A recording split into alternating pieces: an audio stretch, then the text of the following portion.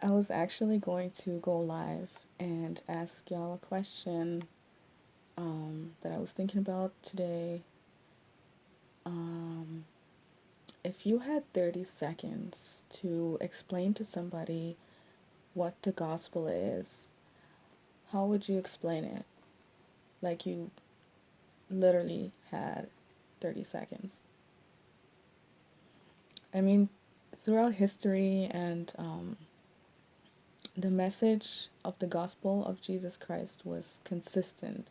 It was always the same. Jesus died for your sin because he loves you. He rose again on the third day. God resurrected him. And now we have the chance to become sons and daughters of God, of our Creator.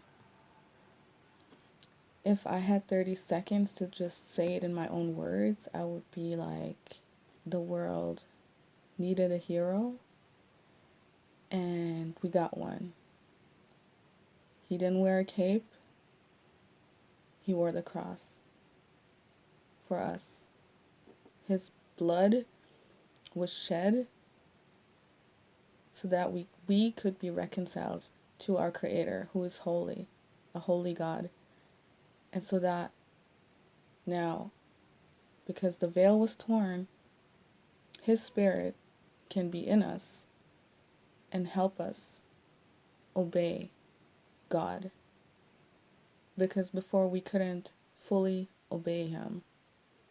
Like in the Old Testament, the commandments, all the laws, nobody was able to fully keep them, like be perfect as our Father in heaven is perfect, you know. We all fall short. We we can see that we need a hero by just looking around at the world today, which is getting worse and worse the closer we are to the end, because more and more people are rejecting God and His ways in a way like never before. The world has become very antichrist, meaning against Christ. And I was reading in Jeremiah earlier, Jeremiah 35, how God told Jeremiah to go and invite a tribe, a desert tribe, and offer them some wine. And he called them and offered them like a whole, like, like a big vessel of wine, and they rejected it. They said, no, our ancestor told us not to, like, he commanded us not to drink wine. And basically, they obeyed their chief and commander, who was a mere human, and kept his laws for like 200 years. And that impressed God in the story. He told Jeremiah, look at them. Like, they followed their boss, even though he died. Like, he was their ancestor, but they still kept his commands and decrees of like other instructions too. And you guys won't even obey my laws and my, commands that are life. And it's still like that. We are like rebellious, and just the depravity of the human mind. And I feel like the depression of most people is because you're not doing what God told you to do. That's when depression kicks in. You feel in your heart that you're not doing what God told you to do. Like you're doing your will and not God's will. And so back to the gospel, it is a message of love for sure. Number one, because Jesus loved you and me and anyone who will turn to God and accepts this sacrifice, because the wages of sin is death. And we have all sinned. Little sins, big sins, they're sin. And so we've fallen short of the glory of God. And God is a holy God. But ever since the beginning, if you think about it, with Adam, it's almost like God removed his spirit because he can't dwell in something that's like tainted, But he was always there, like he didn't abandon them. He never abandoned us. He was there throughout all of history, was playing out the ways of us when God was like, you want to do it without me? Go ahead and look around today. It's not going so great.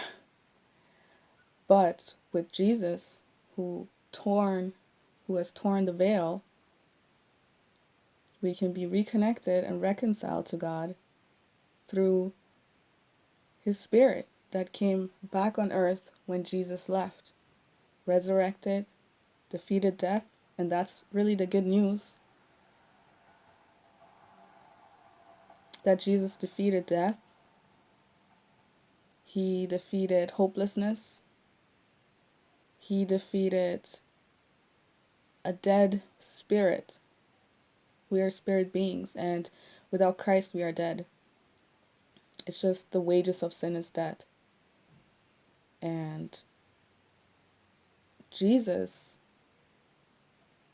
not only reconnects us to God, but reconnects us to life and to truth and to, just a peace with God and a peace with others, a peace inside of you that you cannot buy. And you can't earn it or buy it. You can't earn it on your own works like every other religion. That's what it's pretty much about. And none of them came to die for you, for the death that you deserved.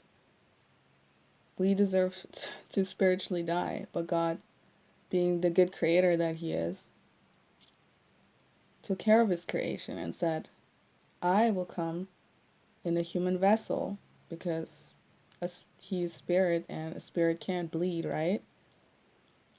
And I will die for them, and then they can be my children again by faith in Jesus Christ.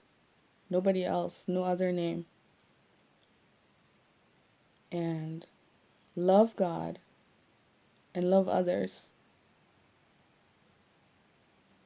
In the end, it's not about your titles and what you worked for, how you followed your dreams and chased down a career. It's really about how did you respond to the gospel? How did you respond to Jesus? Because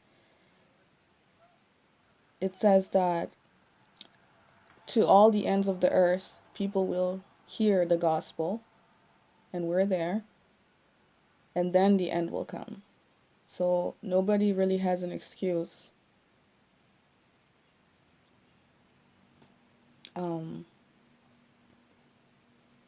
I just wanted to say that thanks to God, to the grace of God, there is hope. There's hope for tomorrow. There's hope for tomorrow. All you have to do is believe. Believe in what Jesus did, and believe that God loved you so much to do that for you. Paying the fine that you couldn't pay, So nothing else will actually reconnect you to God but Jesus Christ. Just ask the Holy Spirit to reveal the truth to you. Whoever is willing, God will show you. And that is the story of redemption. That man had fallen, we had fallen, and God lifted us back up to himself. So it's really simple. That's like the foundation of it all, Jesus Christ and him crucified. And in Hebrews 6:1 it says, "Let us move now forward.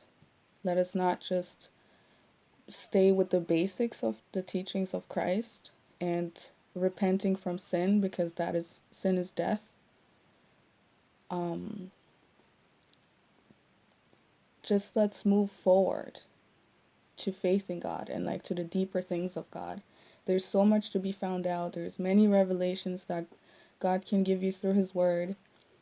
Read it, read His Word, and just peace to all of you guys. And I hope I see more things of the gospel of Jesus Christ on my timeline, because the gospel has to be preached. I know there's different parts of the body, and I just wanted to have at least once today on the timeline what the gospel of Jesus is about. And peace and love to all of you.